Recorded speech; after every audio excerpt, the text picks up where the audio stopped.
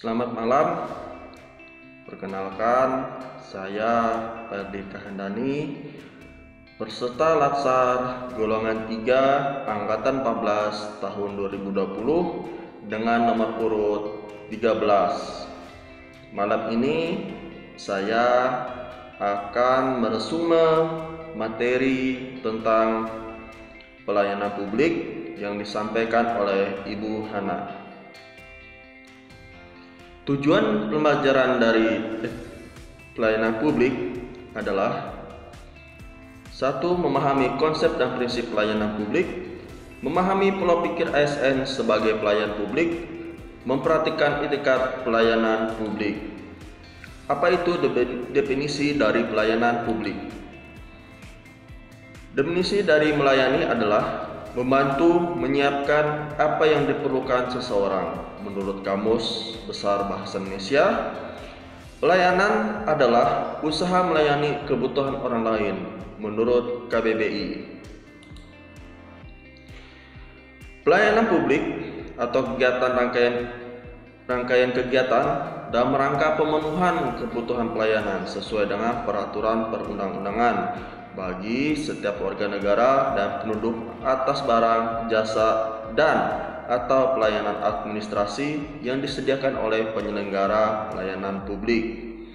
Masyarakat, seluruh pihak baik warga negara maupun penduduk sebagai seorang perseorangan, kelompok maupun badan hukum yang berkedudukan sebagai penerima manfaat pelayanan publik baik secara langsung maupun tidak langsung.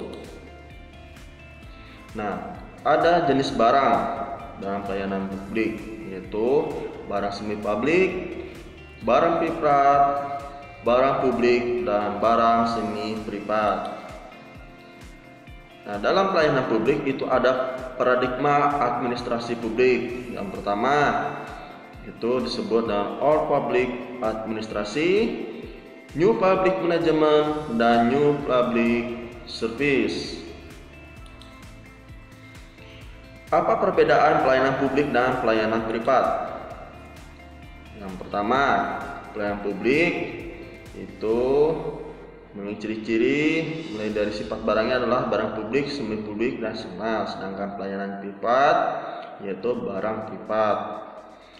Sedangkan dari ciri-ciri kedua adalah risiko dalam penyelenggaraan. Pelayanan publik itu kolektif, sedangkan pelayanan privat itu perseorangan. Ciri-ciri ketiga adalah akses sebagai pelayanan. Pelayanan publik itu tanggung jawab negara, pelayanan privat itu tanggung jawabnya warga. Prinsip dalam pelayanan publik yaitu 1. Sederhana, jelas, pasti, akurat, aman, tanggung jawab, lengkap, mudah, disiplin dan ramah, dan nyaman. Nah, dari kesemuanya itu maka akan mendapatkan pelayanan prima. Pola pikir ASN sebagai pelayan publik.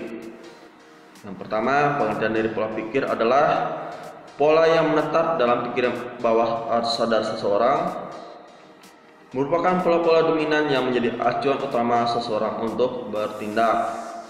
Pembentukan pola pikir yang terbentuk karena imprint, yaitu peristiwa masa lalu yang membekas, baik peristiwa positif maupun negatif. Imprinting merupakan suatu reaksi tingkah laku yang diperoleh orang selama usia muda, sangat muda dalam kehidupan. Nah, bagaimana dan citra pelayanan publik di Indonesia? Bahkan ada slogan bahwa kalau bisa dipersulit, ngapain dipermudah? Sedangkan lagi ada slogan berikutnya, jika ada yang mudah, mengapa dibuat susah? Patologi birokrasi. Nah, birokrasi itu kita tahu kebanyakan itu birokrasinya bersifat gendut dan banyak terjadi konflik kewenangan. Cara kerja birokrasi dipandang prosedural, lambat, dan berbelit-belit.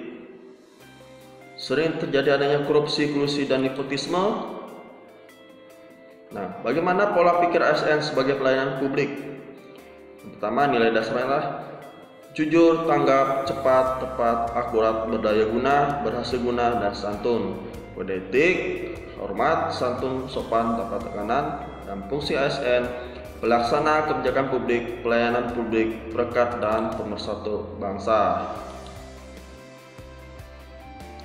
Baik, itu yang bisa saya sampaikan mengenai resume tentang pelayanan publik. Terima kasih atas perhatiannya. Selamat malam.